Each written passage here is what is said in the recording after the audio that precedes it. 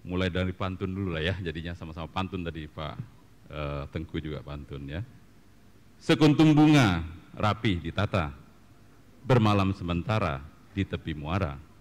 Assalamualaikum warahmatullahi wabarakatuh sebagai pembuka kata, salam sejahtera untuk kita semua.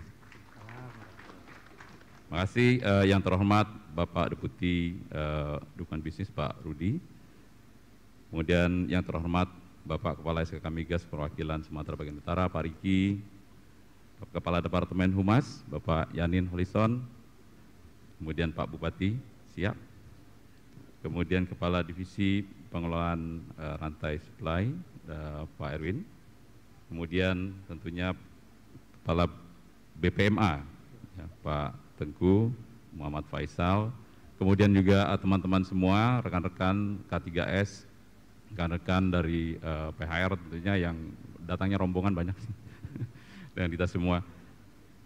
Selamat pagi, kembali lagi, salam sejahtera buat kita semua. Jadi Bapak Ibu sekalian, ini menarik sekali ya. Jadi pagi ini kami akan membawakan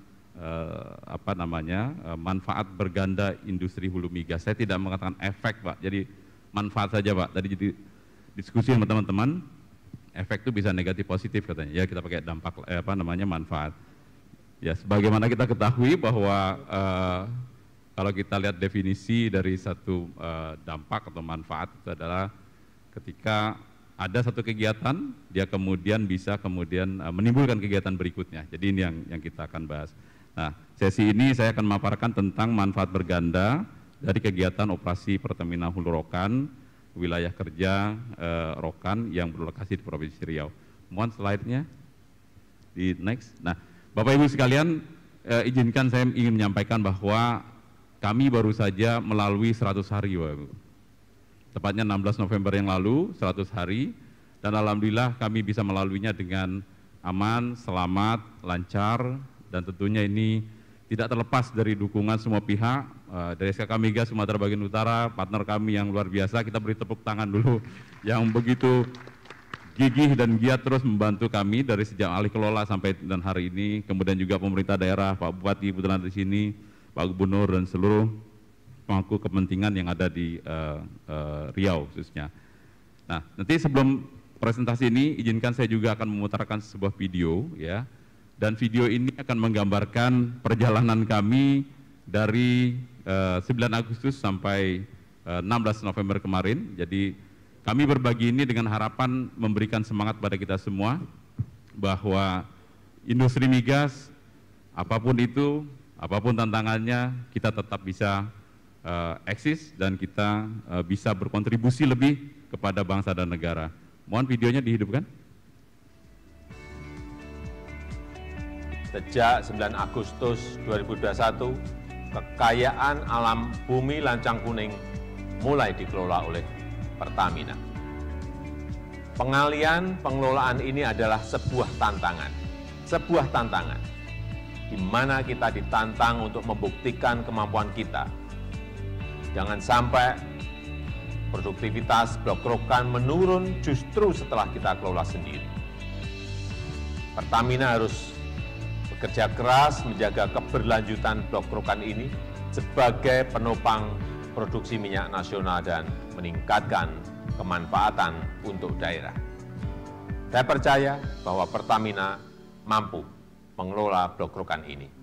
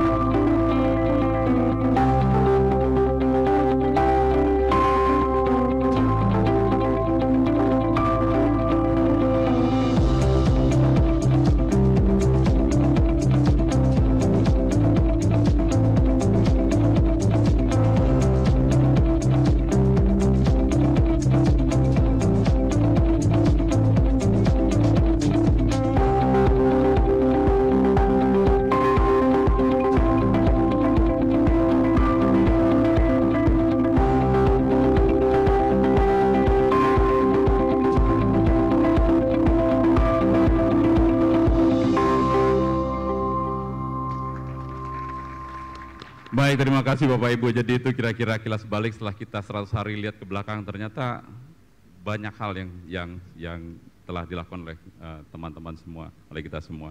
Baik Bapak Ibu, cerita tentang dampak atau manfaat ya berganda dari industri hulu migas ini ya Bapak Ibu sekalian. Jadi kalau dilihat di layar ada dua hal. Yang pertama adalah dampak langsung dan kemudian dampak yang tidak langsung gitu ya.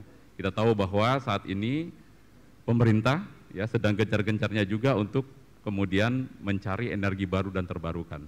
Namun kita tahu juga bahwa migas, ya, energi fosil masih menjadi komponen utama di dalam APBN negara kita. Ya, jadi ini adalah satu peluang dan tantangan juga buat kita semua sebagai penggiat industri minyak dan gas. Nah, kalau dilihat dari manfaatnya tadi ya, manfaat langsung ya, tentu kita tahu pertama pastilah ya memberikan pasokan energi untuk negara kita ya. Jadi pasokan energi ini memang sangat penting ya. Kemudian berikutnya adalah pendapatan negara dan daerah ya. Baik itu melalui pajak, kemudian melalui dana bagi hasil, participation interest gitu ya, retribusi dan lain-lain. Jadi Bapak Ibu, sektor hulu migas ini adalah salah satu-satunya bahkan ya sektor industri yang memberikan atau menerapkan kebijakan DBH dan PI sekaligus. Ya, kita bisa beri tepuk tangan lah untuk industri migas kita ya. Jadi ini sangat sangat luar biasa kalau menurut kita semua. Nah, kemudian kalau kita lihat lagi ya, manfaat yang tidak langsungnya apa? Banyak sekali. Tadi Pak Erwin sudah menyampaikan tentang TKDN, Pak. Jadi dengan adanya industri hulu migas, semua industri ikutannya juga ada Pak. Sebenarnya tadi waktu saya mau menyampaikan ini, wah ini kayaknya sudah diborong oleh Pak Erwin semua ini. Jadi TKN sudah 58% dan ini merupakan hal yang sangat berdampak, mau kita sadari atau kita tidak sadari ya. Dan kalau melihat dari laporan atau saya harus lihat ini, jadi SKK Migas mencatat ya, nilai kontribusi industri migas bagi sejumlah industri lainnya pada 2020 sampai semester 3 2021 mencapai 7,126 miliar US dollar ya Pak, atau setara dengan 103,3 triliun. Luar biasa Pak ya, jadi sangat luar biasa. Nah tentu dengan nilai seperti ini, sebesar ini ya, membuktikan industri penunjang hulu migas memiliki peran penting di dalam perputaran ekonomi baik di daerah maupun nasional. Nah kemudian berikutnya adalah industri hilir. Tentu dengan adanya migas, hilir juga akan terpenuhi, jadi petrochemical, kemudian penghilangan dan lain-lain. Lalu ekonomi lokal, Ibu. Ya. Nah, disadari atau tidak disadari, ya, peluang usaha bagi pebisnis lokal dan peluang kerja bagi masyarakat lokal itu akan timbul dengan adanya industri migas ini. Kehadiran industri hulu migas tidak saja berdampak pada perkembangan usaha besar, tapi juga pada UMKM. Tadi juga disinggung ya oleh Pak Tengku juga oleh Pak Erwin tentang dampaknya terhadap UMKM. Kemudian akses infrastruktur. Kita tahu bahwa kita adalah seperti industri frontier ya, terutama bagi teman-teman yang mungkin saat ini sedang melakukan eksplorasi, membuka daerah-daerah terpencil dengan akses jalan akan memberikan akses kepada masyarakat, tidak hanya akses dalam konteks transportasi tapi juga ekonomi gitu ya. Lalu SDM lokal, nah industri migas tentu membutuhkan tenaga-tenaga terampil. Ya. Hal ini juga mendorong tidak hanya di mana daerah operasi kita, tapi juga secara nasional, ya, dari perguruan tinggi dan juga dari praktisi atau dari semua media pendidikan itu berusaha memberikan yang terbaik untuk mendidik SDM lokal agar memenuhi kebutuhan dari industri migas. Nah yang tak kalah penting tadi program TJSL. Ya, jadi tanggung jawab sosial dan lingkungan tadi sudah banyak sekali ya, dan nanti kami juga akan memaparkan lebih detail lagi tentang TJSL ini, dan di sesi breakout nanti juga ada rekan kami Pak Pinto, manajer dari TJSL kami dari PHR juga akan memaparkan tentang bagaimana kita membangun kolaborasi ya dengan semua pihak dalam melaksanakan TJSL ini. Nah, ini ada satu hal yang menarik juga Bapak Ibu yang kami kutip ya, dari menurut Reforminer Institute, industri migas memiliki multiplier effect yang sangat besar, mengingat dari 185 subsektor yang ada di Indonesia, 73 subsektornya merupakan sektor pendukung industri hulu migas. Dan 45 subsektor lainnya adalah industri pengguna. Jadi luar biasa ya. Jadi dampak atau manfaatnya ya. Nah, hal ini menunjukkan bahwa industri hulu migas memiliki peran yang sangat vital dalam struktur ekonomi nasional dan juga daerah, terutama dalam melahirkan jasa-jasa penunjang atau industri penunjangnya. Setiap 1 miliar investasi hulu migas itu akan menghasilkan dampak ekonomi sebesar 3,7 miliar dolar atau sebesar 3,7 kali. Jadi betul kata Pak Tengku tadi, kalau bisa ditarik investasi Pak ya, tidak hanya ke Aceh Pak ya, jadi ke seluruh daerah kita, itu dampaknya luar biasa Bapak Ibu ya. Baik, next slide. Nah, saya berikutnya akan jelaskan tentang PHR WK Rokan khusus ya. Jadi ini angka-angka ini Bapak Ibu adalah angka yang sudah kami publish ya. Jadi produksi tadi dikatakan 162.000 barel BOPD, jadi ini adalah rata-rata Bapak Ibu ya. Jadi yang kita hasilkan sekarang. Kemudian kita juga menyumbang pendapatan negara selama 3 bulan ya, kurang lebih 2,7 triliun ya, di mana angka ini adalah 2,1 triliun itu adalah melalui penjualan minyak, kemudian kurang lebih 607 ya miliar itu adalah termasuk pajak-pajak baik itu ke nasional maupun ke daerah. Nah, kemudian pengadaan barang dan jasa, kita saat ini ada kurang lebih 317 penyedia jasa, dan ini juga kita masih mirroring saat ini ya, artinya kita lanjutkan dari operator sebelumnya sampai sekarang untuk menunjang operasi kita di WK Rokan. Dan kemudian kita ada 264 local business development, ini ada benar-benar orang lokal masyarakat sekitar yang kemudian kita berikan pekerjaan yang low risk ya dalam konteks safety-nya ya, dan ini sudah kita lakukan kepada masyarakat di Riau ya. Next. Nah, kemudian berikutnya adalah manfaat yang tak langsung sebagai induksi dari adanya WK Rokan ya, terutama itu satu pekerjaan ya, kita lihat ya, satu pekerjaan itu mendukung kurang lebih 36 lapangan kerja, dan ini adalah hasil studi dari Lembaga Penyelidikan Ekonomi dan Masyarakat atau LPM Universitas Indonesia yang melakukan studi beberapa waktu yang lalu terhadap WK Rokan ya. Jadi WK Rokan memberi satu pekerjaan akan mendukung 3 lapangan pekerjaan berikutnya. Kemudian saat ini kita ada 2.700 perwira ya, yang memang sebagian besar adalah perwira yang migrasi dari operator sebelumnya kepada ke Pertamina, ke PHR, dan kita ada kurang lebih 22.000 tenaga kerja penunjang ya. Hampir 85%-nya ini adalah orang lokal. Jadi ini izin Pak Bupati, jadi lokal ini kami mendefinisinya kadang-kadang menjadi isu ya Pak Bupati ya, lokal itu seperti apa. Jadi di beberapa perda di kabupaten kota yang kita lihat, salah satu definisinya adalah orang yang ber-KTP dan tinggal di Riau ya, atau di daerah setempat. Itu yang kita lihat, sehingga 2.700 pegawai kita saat ini 65% sudah kalau bahasa Melayu sudah beranak pinak ya Pak, di Riau, dan dia punya KTP dan tinggal di Riau semuanya. Nah, kemudian juga kita lihat daerah operasi kita ada kurang lebih 6.200 km persegi. Kemarin Pak Danang sudah menyampaikan kompleksitas dari operasi kita, dan kita punya 13.000 km jaringan pipa. Ini adalah salah satu daerah terbesar ya, karena kita berada di 5 kabupaten dan 2 kota. Kita beroperasi cukup besar, dan tentu dampaknya juga sangat besar kepada masyarakat. Nah, berikutnya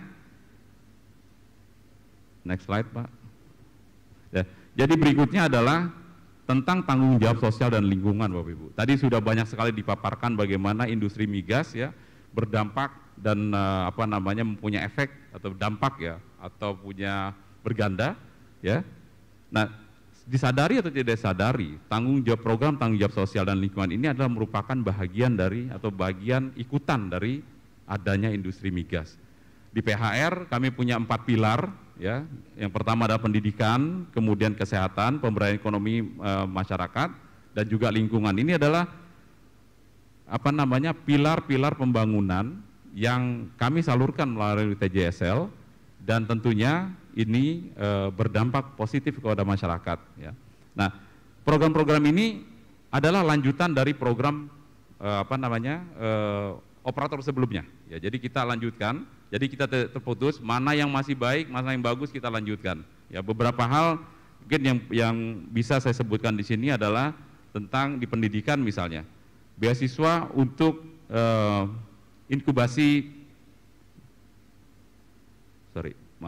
untuk pendidikan misalnya kita memberikan beasiswa kepada masyarakat Sakai, ya, mahasiswa Sakai misalnya, di mana di sana kemudian di zaman operator sebelumnya kita berikan, sekarang kita berikan lagi tapi dengan penguatannya apa?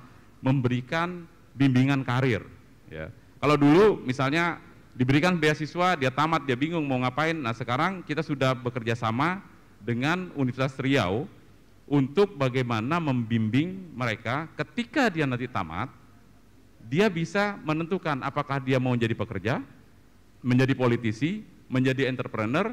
Nah, ini sudah kita buat sedemikian rupa, dan ini memang baru kita mulai sejak di zamannya PHR sekarang, ya. Nah, kemudian semua kegiatan kita ini tentu juga kita selaraskan dengan kegiatan atau aktivitas pemerintah, ya. Jadi kita juga berkoordinasi. Memang tidak semua Pak Bupati yang kita bisa lakukan, tapi beberapa kegiatan kita lakukan bersama-sama atau melihat dari apa yang dicanangkan oleh pemerintah. Nah, program TJSL kita juga secara itu selaras dengan komitmen dari Pertamina Persero untuk menerapkan aspek ESG, ya, jadi environmental, kemudian sosial dan governance dalam kegiatan bisnis dan operasinya. Ini ada beberapa contoh mungkin di next slide. Nah, ini adalah contoh-contoh dari tanggung jawab sosial dan lingkungan yang kita lakukan. Nah, kita dalam 100 hari pasca alih kelola, kita sudah menjangkau kurang lebih 3.000 masyarakat yang ada di seluruh daerah operasi Wekarokan saat ini, ya. Dan ini merupakan satu bentuk kegiatan yang memang kita buat, kita rancang, kita canangkan agar secepat mungkin kita bisa menyentuh ke masyarakat. Kalau bahasanya Pak Riki ini quick win katanya. Kita ini program quick win kita lakukan. Salah satunya yang saya sampaikan adalah desa wisata, Ibu. Jadi Bapak Ibu yang dari Sumatera mungkin bisa, atau dari Pekanbaru, dari Riau, kita ada satu desa wisata yang kita bina sejak zaman operator sebelumnya dan sekarang kita teruskan. Itu namanya desa wisata Desa Patin, ya, di Teluk Masjid, ya, Kampung Patin. Di situ ada satu desa wisata.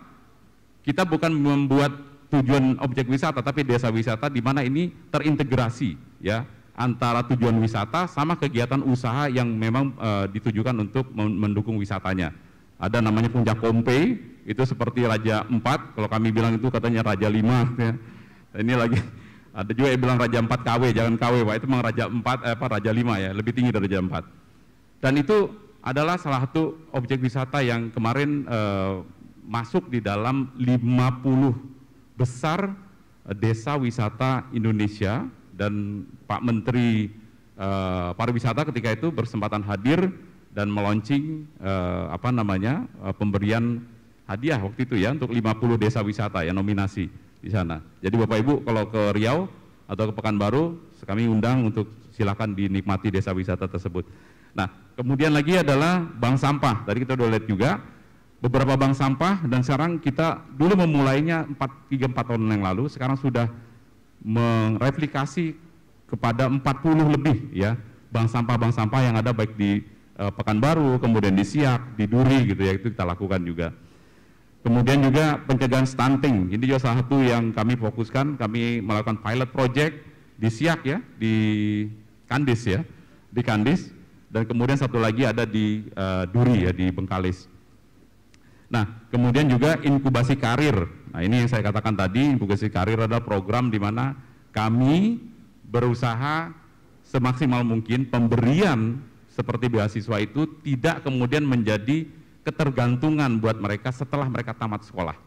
Nah, ini program-program yang kami lakukan, dan semua program ini dilakukan secara pentahelik dengan melibatkan semua stakeholders yang ada, termasuk universitas, pemerintah daerah. Baik, saya kayaknya sudah dilihat-lihat. Slide terakhir. Lagi ya, Pak. Slide terakhir. Satu lagi. Ini ada pesan sponsornya. Ini penting, Pak, saya sampaikan. Jadi pesan sponsornya, ayo silakan Bapak Ibu ya ikuti media sosial kami ya, di IG-nya sudah ada, di IG ya, lebih banyak ya, silakan nanti di like, komen dan share gitu ya. Sebelum mengakhiri, saya ingin sampaikan pantun juga ya. Pantun ini bagian saya ngambil dari Pak Haryanto, nyontoh juga nih Pak Haryanto nih. Simpang susun jembatan tinggi, jadi persinggahan si burung merpati. Berjuang kita membangun negeri, lakukan itu dengan saling bersinergi. Ikan gabus terjerat rotan, ditangkap dimasukkan ke dalam peti. Tetaplah kita fokus pada keselamatan, ingat selalu keluarga kita menanti. Demikian dari saya, Assalamualaikum warahmatullahi wabarakatuh, selamat pagi.